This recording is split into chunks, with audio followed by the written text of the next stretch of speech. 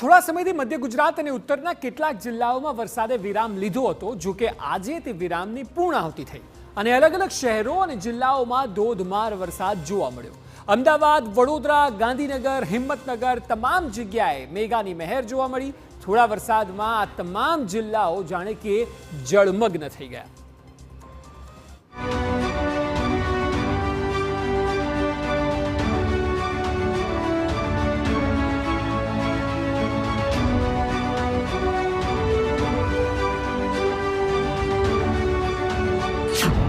चारे कोर मेघमहेर।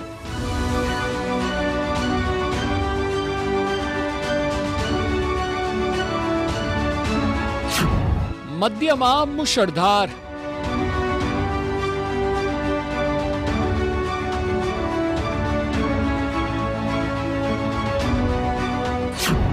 उत्तर में अनाराधार।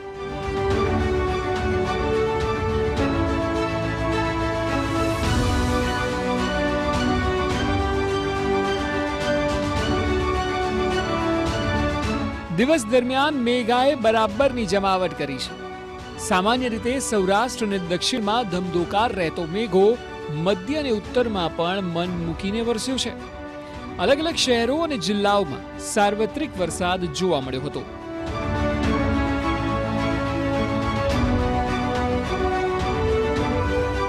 બપોરથી જ અમદાવાદના વિવિધ વિસ્તારમાં વરસાદની શરૂઆત થઈ ગઈ હતી। લગભગ 2 અઠવાડિયાના લાંબા વિરામ બાદ શહેરમાં ધોધમાર મેઘો જોવા મળ્યો હતો। ટીવી સ્ક્રીન પર દેખાઈ રહેલા દ્રશ્યો પરથી અંદાજ લગાવી શકાય છે કે શહેરની સ્થિતિ કેવી રહી હતી। અલગ અલગ વિસ્તારોની વાત કરવામાં આવે તો શાહીબાગ અને એરપોર્ટ વિસ્તારમાં ખૂબ સારા પ્રમાણમાં વરસાદ ખાબક્યો। એ સિવાય અન્ય વિસ્તાર જેમ કે અસારવા, ઇન્દિરા બ્રિજ, ગિરધરનગર, સદર બજાર વિસ્તારમાં પણ ધોધમાર વરસાદ જોવા મળ્યો હતો।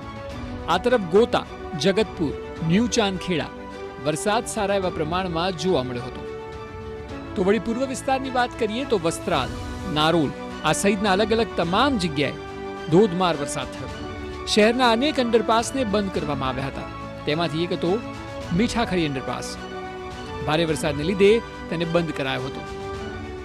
ખુલ્લું વાતાવરણ સવાર સુધી જોવા મળતું હતું, પરંતુ શરૂઆતમાં જે વરસાદ છે એ ગાંધીનગર સહિતના ચાંદખેડા સહિતના જે વિસ્તારો છે એ વિસ્તારોમાં જોવા મળ્યો હતો અને ત્યારબાદ વાતાવરણ અમદાવાદના અન્ય વિસ્તારો તરફ આવ્યું। ને અત્યારે હાલ આપ જોઈ રહ્યા છો કે કેવી રીતના ધોધમાર વરસાદ વરસતો અમદાવાદ શહેરમાં આપને જોવા મળી રહ્યો છે। અત્યાર સુધીના જો વરસાદની વાત કરવામાં આવે તો સરેરાશ વરસાદ છે એ અમદાવાદ શહેરમાં ખૂબ ઓછો રહ્યો હતો। જે પ્રકારનો વરસાદ વરસવો જોઈએ જુલાઈની 15મી તારીખ સુધી એ પ્રકારનો વરસાદ વરસતો જોવા મળ્યો ન હતો, પરંતુ આજે જે પ્રકારનો વરસાદ અને ખાસ તો આગાહી પણ કરવામાં આવી હતી એ વરસાદના કારણે જે ઘટ છે એ પૂર્ણ થાય એ પ્રકારની પૂરી શક્યતા જોવા મળી રહી છે। ના માત્ર મધ્ય ગુજરાત પરંતુ એ સિવાય દક્ષિણ ગુજરાત અને એ સહિતના અન્ય તમામ જે વિસ્તારો છે એ વિસ્તારોમાં ભારે વરસાદ રહે એ પ્રકારની શક્યતા દર્શાવવામાં આવી છે અને હવામાન વિભાગ દ્વારા જે આગાહી કરવામાં આવી છે એમાં પણ સ્પષ્ટ કરવામાં આવ્યું છે કે ગુજરાતને ફરતે 3 અલગ અલગ સિસ્ટમ સક્રિય બની છે। શહેરમાં થોડા જ વરસાદમાં તંત્રની જાણે કે પોલ ખુલી ગઈ હતી। ધોધમાર વરસાદની સાથે જ હાટકેશ્વર સર્કલમાં દર વર્ષની માફક આ વર્ષે પણ પાણી ભરાઈ ગયું હતું અને જાણે કે આખો વિસ્તાર જ બેટમાં ફેરવાઈ ગયો હતો। એ સિવાય ખોખરામાં પણ હાઉસિંગ બોર્ડ વિસ્તારમાં લોકોના ઘરમાં પાણી ઘૂસી ગયા હતા।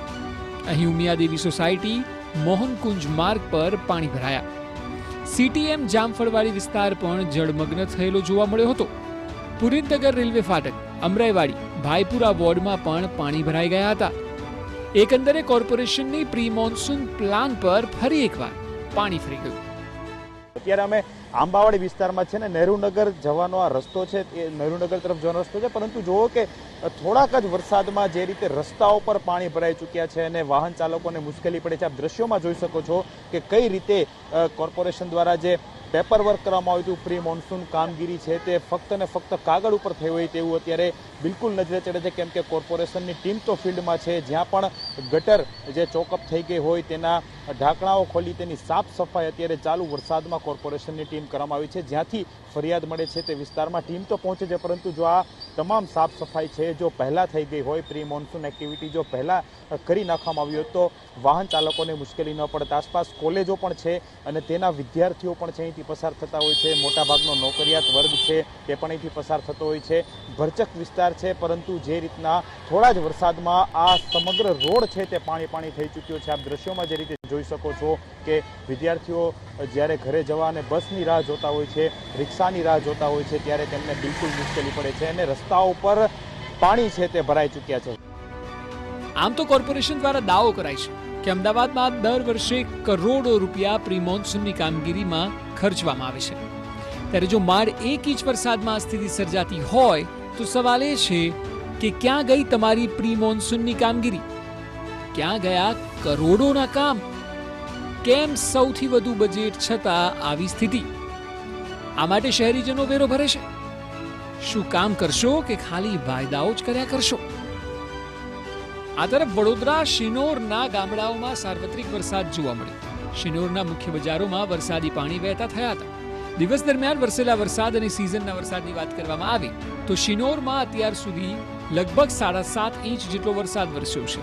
સાદલીમાં આવેલા મોટા ફળિયામાં પણ વરસાદી પાણી ભરાયા હતા. તો કાચા મકાનના રસોડા સુધી વરસાદી પાણી ભરાયાની ઘટના પણ સામે આવી.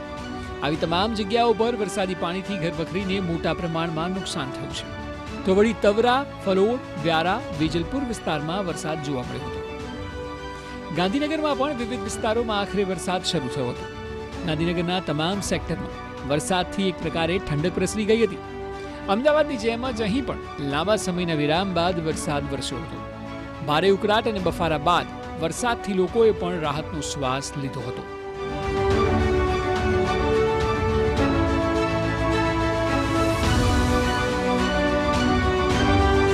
અરવલ્લીના ભિલોડા અને મોડાસામાં તો જો એ હતો ધોધમાર વરસાદ કે આખી નદી જ જાણે કે રહેણાંક વિસ્તારમાં આવી ગઈ હોય તેવી સ્થિતિ સર્જાઈ ગઈ હતી.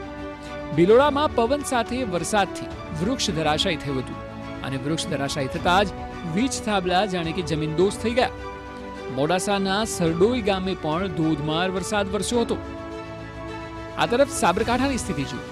અહીં ભરાયેલા પાણી જોઈને જ કોઈ પણને અંદાજ આવી જાય કે વરસાદ કેટલો પુષ્કળ પ્રમાણમાં અહીં વરસ્યો હશે. હિંમતનગર અને આસપાસના વિસ્તારમાં ધોધમાર વરસાદ વરસ્યો. ગાંભોઈમાં સર્વિસ રોડ તેમજ ભિલોડા સ્ટેટ હાઈવે પર વરસાદી પાણી ભરાયા હતા. એ સિવાય ગાંભોઈ, વાવડી, રૂપાલ, મનોરપુર આ સહિતના વિસ્તારોમાં ભારે વરસાદ વરસ્યો. લાંબા વિરામ બાદ વરસાદનું આગમન થતાં ખેડૂતોમાં ખુશીની લહેર જોવા મળી હતી. જે પ્રકારે અપેક્ષા હતી વરસાદની જે પ્રકારે લાંબા સમયથી રાહ જોવાઈ રહી હતી તે પ્રકારનો વરસાદ સાબરકાંઠા અને અરવલ્લી જિલ્લામાં છેલ્લા 24 કલાક દરમિયાન વરસ્યો છે. અરવલ્લી જિલ્લાની અંદર ભિલોડા અને શામળાજીમાં પણ આજે બપોર દરમિયાન સારો વરસાદ વરસ્યો હતો, ધોધમાર વરસાદ વરસ્યો હતો. આ જ પ્રકારે મોડાસામાં પણ ગઈ રાત્રે સારો વરસાદ વરસ્યો હતો. આજે હિંમતનગરની વાત કરવામાં આવે તો હિંમતનગરના દ્રશ્યો જોઈ શકાય છે. હિંમતનગરના મોટાભાગના રસ્તાઓ ઉપર આ પ્રકારે જે પાણી જે છે તે ભરાઈ ચૂક્યા છે. રસ્તાઓ જે છે તે જાણે કે નદી સ્વરૂપ જોવા મળી રહ્યા છે. હિંમતનગરમાં પણ અને આસપાસના વિસ્તારના ગાંભોઈ, રણાસણ સહિતના ગ્રામ્ય વિસ્તારોમાં પણ સારો વરસાદ વરસ્યો છે અને જેના કારણે ખેડૂતોની જે અપેક્ષા હતી તે અપેક્ષા મુજબનો વરસાદ વરસતા એક પ્રકારે રાહતની લાગણી વર્તાઈ છે. જે પ્રકારે વરસાદ વરસ્યો છે તેના કારણે કહી શકાય કે હિંમતનગર અને આસપાસના વિસ્તારમાં એક જે ખેડૂતો અને સ્થાનિકોની આશા હતી તે પ્રકારનો વરસાદ વરસવાથી રાહત સર્જાઈ છે. તો વળી મહીસાગર જિલ્લામાં પણ વરસાદી માહોલ બરાબરનો જામ્યો હતો. સમગ્ર જિલ્લામાં વરસાદી માહોલ જોવા મળ્યો હતો. લુણાવાડા, સંતરામપુર, ખાનપુર પંથકમાં વરસાદ વરસ્યો હતો. એ સિવાય ખાસ કરીને જ્યારે વરસાદની ઘટ હતી તેવા સમયે વરસાદ આવતા લોકોમાં પણ એક પ્રકારે આનંદની લાગણી જોવા મળી રહી હતી. એટલે કે એકંદરે રાજ્યમાં આજે ઉત્તર અને મધ્યમાં સારો કહી શકાય તેવો વરસાદ વરસ્યો છે. આમ તો છેલ્લા ઘણા સમયથી લોકો વરસાદની રાહ જોઈને બેઠા હતા, ત્યારે સાર્વત્રિક વરસાદ થતાં લોકોએ પણ અસહ્ય બફારાથી રાહત મેળવી છે. એવી આશા રાખીએ કે આ સિઝન સારી નીવડે. ચાલુ સિઝનથી લોકો ઓછા હેરાન થાય પણ વાવણીલાયક વરસાદ હોય અને જો આવું થશે તો લોકો પણ ખુશ અને જગતનો તાત પણ ખુશખુશાલ રહેશે. Bureau report, TV9.